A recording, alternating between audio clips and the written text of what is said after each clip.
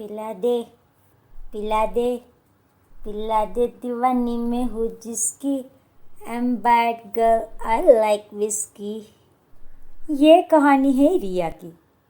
Modern, सुंदर, बेबाक और बहुत बड़ी पार्टी एनिमल जो शराब को पानी की तरह पीती रहती है। रिया क्लब में अपने हॉट अंदाज में नाच रही होती है कि तभी वहाँ पर खड़े लड़के उसी बुरी नज़र से देख रहे होते हैं। अरे वाह वाह वाह, कितनी हॉट लड़की है यार ये। हा, क्या मूव्स है इसके, क्या फिगर है, कतई जहर। उफ, चल इसे आज अपने रूम तक तो लेकर ही जाना होगा। आज हम अपनी आग बुझा कर ही रहेंगे। वो तीनों रिया के पास जाते हैं और ज़बरदस्ती उसे अपने साथ ले जाने लगते हैं। छोड़ो मुझे, छोड़ो, लीव माय हैंड। बहुत दारू पी के डांस करने का शौक है ना? आज तुझे हमारा मनोरंजन करना होगा। चल। तभी क्लब में मौजूद एक अच्छे घराने का लड़का अभिनव देख लेता है। वो गुस्से से लाल हो जाता है और उन बेशर्म लड़कों को दे दनादन मारने लगता है। कुत्तों की तरह मार खाकर वो लड़के सुमड़ी में वहाँ से 9-2-11 हो जाते हैं, जिसके बाद रिया बेहोश हो जाती है। ओह नो, लगता है इस लड़के ने कुछ ज़्यादा ही शराब पी है। यार चिराग, इसे हमें तेरे घर ले जाना होगा। इतनी रात गए, इसे कहीं छोड़ना खतरे से खाली नहीं है। आजकल का ज़माना लड़कियों के लिए पहले ही सेफ नहीं है। हाँ ठीक है, अभी मैं गाड़ी निकालता हूँ, तू इसे पार्किंग लॉट तक लेकर आ। अभिनव रिया को अपनी बाहों में उठाता है और उसे अपने साथ चिराग के घर ले जाता है, जहाँ रात भर आराम करने के बाद जब रिया सुबह उठती है तभी वो वहाँ पर चिराग की माँ शालू को देखती है। मैं कहाँ हूँ और आप कौन है? घबराओ मत बिटिया, तुम बिल्कुल सही और सुरक्षित जगह पर हो। चिरू बेटा, अभी बेटा। शालू उन दोनों को आवाज़ लगाती है और वो दोनों वहाँ आ जाते हैं। और तभी अभिनव रिया को सारी बात बता देता है। थैंक यू सो मच अभिनव। अगर तुम और चिराग कल मेरी जान नहीं बचाते तो ना जाने मेरे साथ क्या हो जाता। Really thanks a lot. You are welcome dear. बस अपने शराब पीने पर कंट्रोल किया करो, बहुत हद से ज़्यादा पीती हो तुम। एनीवेज, ये लो, ये नींबू पानी पियो, सर हल्का हो जाएगा। फिर रिया अभिनव ने दिया हुआ नींबू पानी पीती है और उस दिन से अभिनव और रिया फ्रेंड्स बन जाते हैं। रिया एक फैशन डिज़ाइनर होती है, लेकिन उसे पार्टीज करना बहुत पसंद होता है और पार्टीज में ढेर सारी शराब पीना भी। अभिनव रिया की शराब की आदत छुड़वाने की बहुत कोशिश करता है, लेकिन रिया नहीं छोड़ पाती। खैर, प्यार में अंधा अभी उसके बावजूद भी रिया से प्यार कर बैठता है और वो दोनों शादी करने का फैसला कर लेते हैं। लेकिन जब रिया शादी की बात अपनी मम्मी पापा विनोद और कुसुमलता से कहती है तभी, अरे काहे किसी के घर को आग लगाने जा रही है तू? तुझ जैसी शराबी बहू को पाकर तो तेरे ससुराल वाले आबाद नहीं बर्बाद हो जाएंगे, समझी तू? मम्मी यार, ये आप लोग क्या कह रहे हो? जो मन में आए वो बके जा रहे हो। तो फिर गलत क्या कहा तेरी मम्मी ने? तू है ही ऐसी। अरे, लोग दिन में जितना पानी पीते हैं उससे तो कहीं ज़्यादा तू एक बार में शराब पी जाती है। क्यों किसी की जिंदगी में कलेश करने जा रही है तू? तुझे कोई नहीं स्वीकारेगा। यू नो व्हाट पापा, आप दोनों को जो बोलना है बोलते रहिए, जो सोचना है सोचते रहिए, लेकिन मैं अपने फैसले से मुकरूंगी नहीं। और हाँ, आप दोनों को मेरी कसम, आप अभी के पेरेंट्स को मेरे शराबी होने के बारे में कुछ नहीं बताओगे। शादी तो मैं अभी से ही करके रहूंगी। कुछ ही दिनों में रिया और अभिनव की शादी हो जाती है। अभिनव का परिवार काफ़ी खानदानी और संस्कारी होता है।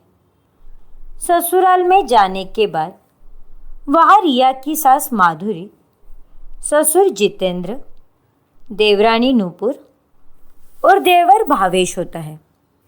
बहू, आज तुम्हें हम सबके लिए खाना बनाना है, क्योंकि आज है तुम्हारी पहली रसोई की रस्म। ठीक है ना? ठीक है माँ जी। तभी रिया की देवरानी नूपुर, जिसे लिपस्टिक लगाने का बहुत शौक होता है, वो कहती है, रिया भाभी, अच्छे से खाना बनाना, ठीक है? क्योंकि इस घर में सबको मेरे हाथ का स्वादिष्ट खाना ही पसंद है, लिपस्टिक लगा के। ठीक है नूपुर। रिया जब रसोई में जाती है तभी, ओह नो, अब मैं क्या करूं? मुझे तो गैस भी ऑन करना नहीं आता। हे भगवान, ये मैं कहाँ फंस गई? रिया जैसे तैसे यूट्यूब से वीडियोस देखकर खाना बनाती है और घर वालों को देती है। उसके हाथ का खाना अच्छा तो नहीं बना था, लेकिन इतना बुरा भी नहीं था। रिया एक अच्छी बहू होने के सारे फर्ज निभा रही होती है, लेकिन रात में मीटिंग से आते समय वो शराब पी लेती है और उस वक्त ससुराल में मेहमान आए होते हैं। तभी रिया शराब पीकर गुनगुनाते हुए दरवाजे तक आती है। हमका पीनी है, पीनी है, हमका पीनी है, हमका पीनी है, पीनी है, हमका पीनी है। हे भगवान, ये क्या जितेंद्र और माधुरी, तुम्हारे घर की बड़ी बहू तो निहायती शराबी है। छी छी छी छी, कितनी गंदी है ये लड़की। इससे तो शराब की गंदी बू आ रही है। इसके माता पिता ने इसे कुछ सिखाया नहीं क्या? ये सब क्या है अभिनव बेटा? ये कैसी लड़की उठा के लाया है तू इस घर में? ओए टकले, तेरी हिम्मत कैसे हुई मुझे शराबी बोलने की? अगर मैं शराबी हूँ तो तू टकला, तू उजड़ा चमन, एक मुक्का मारूंगी तो 7 समुंदर पार जा गिरेगा। और तू क्या रे चश्मे बहादुर बुढ़िया, दोनों को मिक्सर में डालकर दोनों की चटनी बना दूंगी। हाँ नहीं तो टकलू कहीं का। रिया के इस बर्ताव से घर के सभी लोग गुस्से से आग बबूला हो जाते हैं। रिया, बेचारी रिया, उसे तो पता ही नहीं कि वो शराब के नशे में क्या बोली जा रही है। मज़ा तो तब आएगा जब अगले दिन सुबह उसका पूरा नशा उतर जाएगा। तुम्हारी हिम्मत कैसे हुई घर आए मेहमानों से इस तरह बदतमीजी से बात करने की? माँ जी, मैंने कहा ना, इन मेहमानों की ऐसी की तैसी। अरे, ये मेहमान नहीं है, ये तो भूत है, भूत। और ये चश्मे बहादुर भूत और ये गंजा भूत। ओए टकलू। भगवान करे ये लगी हुई आग जलती ही रहे और मैं मज़े से इसमें हाथ सेकती रहूं और एंटरटेनमेंट लेती रहूं लिपस्टिक लगा के। माधुरी, जितेंद्र, हम जा रहे हैं यहाँ से। इससे पहले ये मारकर हमें यहाँ से भगाए। हाँ जी, सही कहा आपने। हम यहाँ अपमानित होने थोड़ी आए हैं। चलो यहाँ से। लेकिन सुनिए तो। मेहमान उठकर चले जाते हैं। ध्यान से जाना, कहीं इतने बड़े चश्मे के कारण आप कहीं गिर ना जाओ। और आप टकलू मिस्टर, कहीं आपके टकले पे कोई कौवा पॉटी ना कर दे तो संभल कर जाना। माधुरी को रिया पर इतना गुस्सा आता है कि वो उसे एक जोरदार थप्पड़ लगाती है। माधुरी, मत रोकिए मुझे। ये बेशरम शराबी लड़की इस एक नहीं बल्कि हजारों थप्पड़ के लायक है। हाँ, बेशर्मी की भी हद होती है। अभी क्या तूने ये दिन दिखाने के लिए इस लड़की से शादी की थी? सॉरी माँ जी, मैं वो मुझे कुछ समझ ही नहीं आ रहा है। मैं करूँ तो क्या करूँ? घूमूं फिरूं, नाचूं, गाऊं, हंसू या रो? चलो नाचते हैं, सब साथ में नाचते हैं। चलो। ओ साकी साकी रे साकी साकी, आपस और न जाए कोई ख्वाहिश बाकी। अभी इससे पहले कि मैं इस बेहया लड़की को मार मार कर लाल पीला करूं, तू इसे मेरी नजरों से दूर ले जा। अभी क्या अभी? अरे, ये आप क्या बोल रही है माँ जी? अभी तो अभी है। अभी क्या अभी क्या होता है? लगता है आपके दिमाग में भूसा भर चुका है।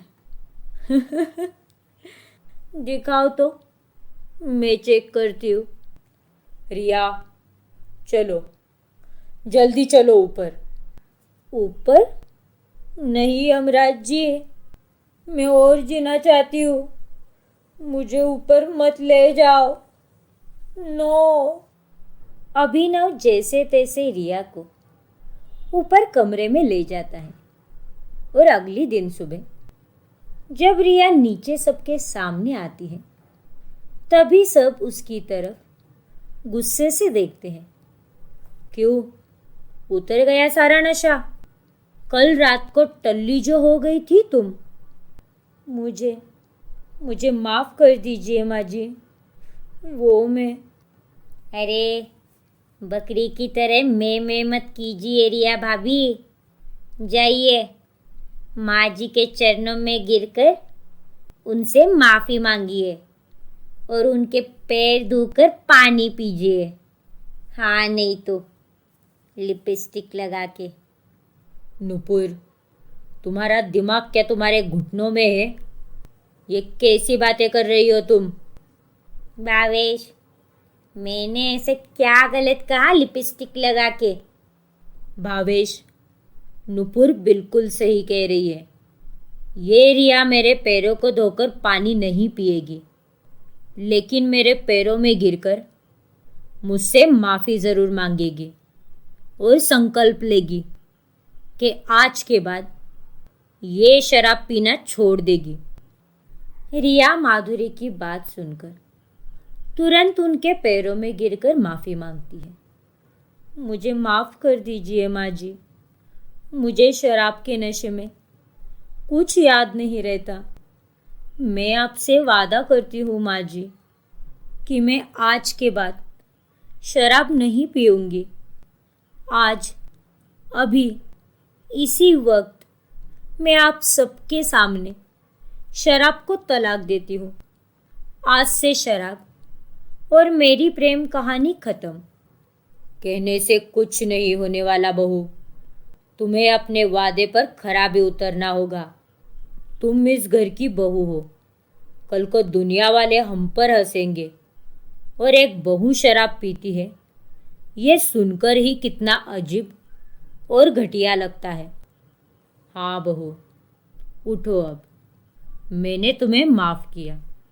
जाओ, काम पर देरी हो रही होगी ना तुम्हें, लेकिन याद रहे तुम्हें अपने वादे को पूरा करना होगा। हाँ माँ जी, थैंक यू सो मच माँ जी, मुझे एक और मौका देने के लिए। ये तुम्हारा पहला और आखिरी मौका है रिया बहू, इसीलिए ध्यान रहे, वरना अगली बार ऐसी सज़ा मिलेगी जिसके बारे में तुम कभी सोच भी नहीं सकती। माधुरी गोयल कौन है तब तुम्हें पता चल जाएगा। फिर रिया ऑफिस चली जाती है। ओफो, ये क्या? इस बुढ़िया ने तो रिया को कितनी आसानी से माफ़ कर दिया। काश इस तमाशे का टेलीकास्ट थोड़ा और लंबा होता और इसमें थोड़ा और मसाला और तड़का होता। लिपस्टिक लगा के रिया 2 से 3 दिनों तक बहुत अच्छे से बर्ताव करती है, मानो किसी सर्वगुण संपन्न बहू की तरह। उसके स्वभाव में आए इस बदलाव से उसके ससुराल वाले बहुत खुश होते हैं। लेकिन 3 दिन बाद रिया अपनी फ्रेंड की बर्थडे पार्टी में जाती है। तब वो वहाँ पर उसके फ्रेंड्स के फोर्स करने के कारण वापस शराब पीने लगती है और शराब पीकर ही वो ऑफिस चली जाती है और वहाँ प्रेजेंटेशन रूम में वो नाचने लगती है। जेड़ी मुझे यारी तेरी ऐसी जैसी दारू देसी, खट्टी मट्टी बातें नशे सी जैसे दारू देसी। तभी रिया का बॉस एंथनी उसे गुस्से से कहता है, रिया, फैशन डिज़ाइनिंग में इतना अच्छा करियर होने के बाद भी तुम ये सब कर रही हो। This is not fair. ये सब ऑफिस में नहीं चलेगा। यूँ तुम्हारा बार बार शराब पीकर आना मैं और इस ऑफिस के लोग बिल्कुल टॉलरेट नहीं करेंगे। टॉयलेट नहीं करेंगे? अरे बॉस, सुसु आई है तो बाथरूम जाओ ना। इधर ही कर दोगे क्या? रिया। रिया के फ्रेंड्स उसे जैसे तैसे उसके ससुराल में ड्रॉप कर देते हैं। रिया जब घर के बाहर उतरती है तब वो वहाँ पर पंडित जी को देखती है। ओह नो, मैं तो भूल ही गई थी कि आज घर में हवन है। अब मैं क्या करूँगी? अरे रिया भाभी, आइए ना, अंदर आइए। बाहर क्यों खड़ी हो आप? नुपुर रिया को अंदर ले जाती है। तभी लड़खड़ाती हुई रिया को देख सभी समझ जाते हैं कि उसने वापस शराब पी है। हे भगवान, माधुरी जी, आपकी बहू ने तो शराब पी रखी है। ये तो अनर्थ हो गया। इतना खानदानी परिवार है और बहू निहायती शराबी। छी छी छी, मैं यहाँ से अभी इसी क्षण निकलूँगा। अरे ओ ढोंग की दुकान, बाकी टाइम क्लब में पार्टी करते हो और बाद में यहाँ लोगों के घर में आकर हवन करते हो। पंडित जी, तुसी जा रहे हो, तुसी ना जाओ, रुक जाओ।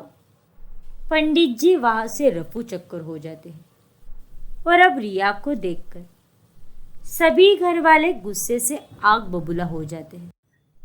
रिया, आज तुमने बेशर्मी की सारी हदें पार कर दी है। निकल जाओ यहाँ से। लेकिन तुम ऐसा क्यों कह रहे हो? नशे में धुत रिया गुस्से से लाल अभिनव की ये बात सुनकर बहुत घबरा जाती है। अभिनव, आई एम रियली सॉरी। मुझे घर से बाहर मत निकालो। रिया भाभी, अभी आपकी सॉरी गई तेल लेने। इतना बड़ा रायता फैलाने के बाद आप चाहती हो कि हम सब आपको माफ कर दे? जो जेठ जी कह रहे हैं चुपचाप वही करो, लिपस्टिक लगा के। हाँ, तुमने सुना नहीं? निकलो यहां से।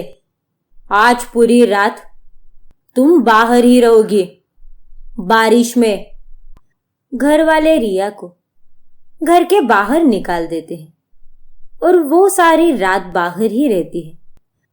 अगले दिन सुबह वो घर के अंदर जाती है, लेकिन उसे कोई भी सीधे मुंह बात ही नहीं करता। कोई मुझसे सीधे मुंह बात क्यों नहीं कर रहा? अब ना तो आपसे कोई सीधे मुंह बात करेगा और ना ही टेढ़े मुंह, क्योंकि आपने कांड ही ऐसे किया है कि अब आपकी इस घर में कोई डिमांड नहीं बची लिपस्टिक लगा के। रिया को अपनी गलतियों पर बहुत ज्यादा शर्मिंदगी महसूस होती है। वो सबके लिए खीर पूरी बनाती है। ये लीजिए, मैंने आप सबके लिए खीर पूरी बनाई है, बड़े प्यार से बनाई है, प्लीज खा लीजिए। माँ जी, टेस्ट करके बताइए ना। धीरे धीरे से ही सही, लेकिन मैं हर तरह की डिशेस बनाना सीख रही हूँ। हमें तुम्हारे गंदे और मैले हाथों का खाना खाने में कोई दिलचस्पी नहीं है। इसीलिए ये जो भी तुमने बनाया है, इसे अभी के अभी हमारी नजरों से दूर कर दो। लेकिन माँ जी। रिया, माधुरी ने जो कहा है वो करो। हमने तुम्हें इस घर में अभी तक रखा है, उसी बात का एहसान मानो, समझी तुम? ठीक है पापा जी। रिया रसोई में जाकर खूब रोती है। वो अपनी माँ के पास जाकर उसे सारी हकीकत बता देती है। तभी कुसुमलता और विनोद उसे गुस्से से कहते हैं, अब पछताए होत क्या, जब चिड़िया चुग गई खेत। विनोद जी एकदम सही कह रहे हैं। हमने तो तुझे पहले ही कहा था कि उस बेचारी की जिंदगी और उसके परिवार का नाम खराब मत कर, लेकिन नहीं, तूने हमारी नहीं सुनी और चली गई मुंह उठाकर। मुझे कुछ समझ में नहीं आ रहा कि मैं क्या करूं और क्या नहीं। ये ले पैसे। ये पैसे? लेकिन आप मुझे ये पैसे क्यों दे रहे हो पापा? जा, कोई अच्छी सी शराब पी ले और वापस तमाशा कर, तू उसी लायक है। रिया को और भी शर्मिंदगी महसूस होती है। 2 दिन बाद जब अभिनव का जन्मदिन होता है, तभी घर पर मेहमान आते हैं। शालू, चिराग, कुसुमलता और विनोद के साथ रिया अपने बॉस एंथनी को भी इनविटेशन देती है। लेकिन पार्टी में कुछ ऐसा हो जाता है जिससे रिया को 440 वोल्ट का झटका लगता है। रिया की सास माधुरी और उसकी देवरानी नूपुर दोनों शराब पीकर सबके सामने आते हैं। Hello, welcome back Amar Akbar वाले एंथनी चाचा। अरे, आपके गाल तो मेरे लिपस्टिक से भी लाल है एंथनी चाचा। ओ नो, ये माजी और नूपुर ने तो बहुत सारी शराब पी रखी है। अब मैं क्या करूं? इन्हें कैसे रोकूं? दिक्तन दिक्तन दिक्तन दिक दिक्तन दिक्तन दिक्तन, मेरा नाम माधुरी है, दिक्तन दिक्तन दिक्तन। रोशना खबर है, एंथनी का असर है, तुमसे मिलने के बाद दिलबर दिलबर दिलबर। ओ एंथनी एंथनी। नुपुर, ये सब क्या है? रिया, व्हाट रबिश इज दिस? अबे अमर अकबर के एंथनी, लूट लूंगी मैं तेरी सारी मनी और हो जाऊंगी तुझसे भी ज्यादा धनी। ही। इसी बात पे बोलो, अपना सपना मनी मनी, अपना सपना मनी मनी। माधुरी और नुपुर के इस तमाशे से रिया का बॉस एंथनी बहुत गुस्सा हो जाता है। रिया, दिस इज वेरी डिसरिस्पेक्टफुल। मैं तुम्हें अभी के अभी फायर करता हूं। क्या कहा? फायर? कहा है आग। कहीं तेरे पिछवाड़े को तो नहीं लगी है ना? अरे रुक तो जा चपड़गंजू। एंथनी बहुत ज्यादा गुस्सा हो जाता है और वह वहां से चला जाता है। माँ जी, नुपुर, अरे सास और देवरानी के नाम पर आप दोनों कलंक हो, कलंक। अरे तू भी बहू होने पर कोई काजल नहीं है, तू भी बहू के नाम पर कलंक है, कलंक। याद है ना कैसे हमारी इज्जत की धज्जियां उड़ाई थी तूने उस मेहमानों के सामने? सबकी बातें सुनकर और अपनी गलतियों का एहसास होने के बाद रिया पूरी तरह टूट जाती है। इसीलिए वो रोते रोते ब्रिज पर अपनी जान देने जाती है।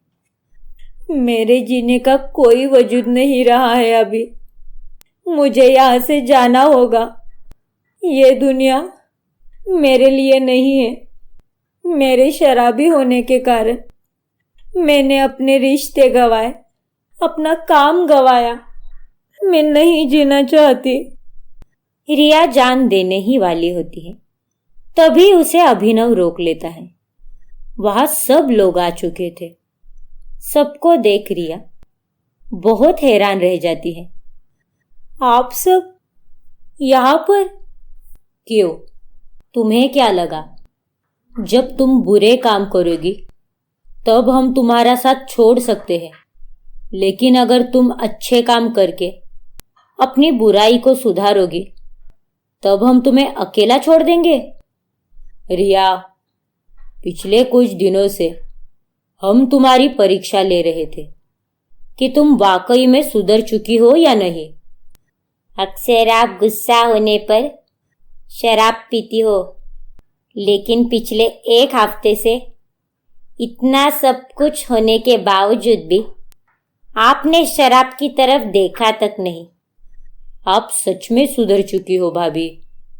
तुम एक बहुत ही टैलेंटेड फैशन डिजाइनर हो रिया, पर तुम शराब के कारण गलत दिशा में जा रही थी और तुम्हें फिर से सही दिशा दिखाने के लिए मैंने और तुम्हारे ससुराल वालों ने ये नाटक किया। क्या इसका मतलब ये सब एक नाटक था? हाँ रिया, सिर्फ तुम्हें एहसास कराने के लिए हमें यह नाटक करना पड़ा। मैं आप सबसे हाथ जोड़कर माफी मांगती हूँ। मैंने जाने अनजाने में बहुत सारे सियापे किए हैं, लेकिन अब मैं एक नई शुरुआत करना चाहती हूँ। एक नए सिरे से अपने जीवन को जीना चाहती हूँ। पिछले एक हफ्ते में अगर आप सब मुझसे रूठते नहीं और आज का तमाशा नहीं होता तो मुझे ये सबक कभी नहीं मिलता। इसीलिए थैंक यू सो मच।